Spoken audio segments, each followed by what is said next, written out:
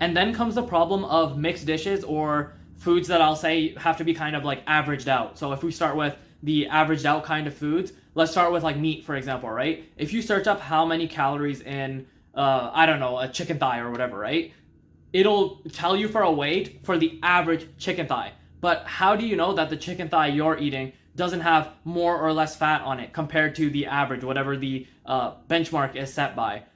You don't, right? And again, you might think I'm splitting hairs with that, but fat is the most calorically dense macronutrient, right? So a difference in the fat content, even a little bit of a difference, can make a big difference. And again, that's just for one piece of chicken or one meal. These kinds of errors accumulating throughout the entire day can add up. Similarly, with mixed dishes, let's say you make some kind of like, I don't know, like a curry or something, or maybe it's like lasagna or something, right? There are a bunch of different components put in to make that dish. It's not just a homogeneous food, right? It's not just like, oh, it's one banana or something. It's a conglomeration, I guess you would say, of multiple different foods. And again, the problem of averages comes in there because you can say, okay, well, this lasagna I made or this curry I made on average is gonna have, let's say, 400 calories per serving.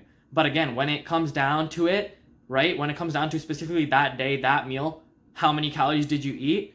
Well, it's hard to know because maybe in you taking the curry, you accidentally took a little bit more oil than usual or less oil than usual. Or, you know, the piece of meat that was in the portion of curry you took was bigger or smaller or, again, had more fat or less fat than the average.